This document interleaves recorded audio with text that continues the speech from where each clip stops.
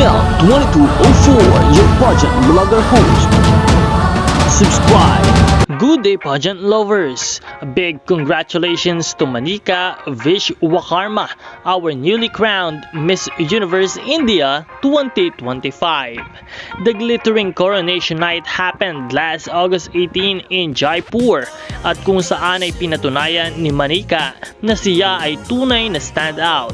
Coming from Rajasthan, she is not just a beauty queen, but also a political science and economics student, a trained classical dancer, and a recognized visual artist. Truly, a woman of both beauty and substance. What makes her story even more inspiring is her advocacy.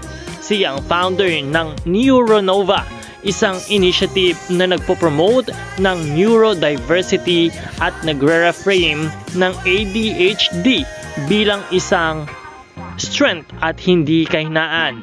A very timely and progressive cause that reflects the future of pageantry, na hindi lang kagandahan kundi kaalaman at malasakit din sa lipunan. At dumako naman tayo sa pinakamahalagang bahagi ng kompetisyon, the final Q&A. Manika was asked to choose between women's education and economic aid. With confidence and conviction, she chose women's education, explaining that by empowering women through learning, you create long-term change for families and communities. Ang powerful ng kanyang sagot dahil malinaw na may vision siya at hindi natitinag sa pressure. That moment sealed her fate at kaya naman she walked away with the crown. Now, all eyes are on her as she prepares to represent India at the Miss Universe 2025 pageant in Thailand. With her intelligence, elegance, and strong advocacy, siguradong magiging malakas na laban ng India sa Miss Universe stage. Maraming fans na nagsasabi na she could be the next crowned contender to watch out for. And with her natural charm and advocacy-driven purpose, baka nga makita natin siya na makapasok sa top 5 or even clinch the crown itself.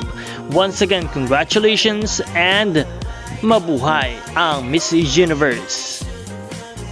Patuloy po tayong magbibigay ng mga updates sa inyong lahat, kaya huwag kalimutan na tumutok at mag-subscribe sa channel na ito dahil palagi tayong nag-upload for newest update and mga bagong balita tungkol sa mga pageantry.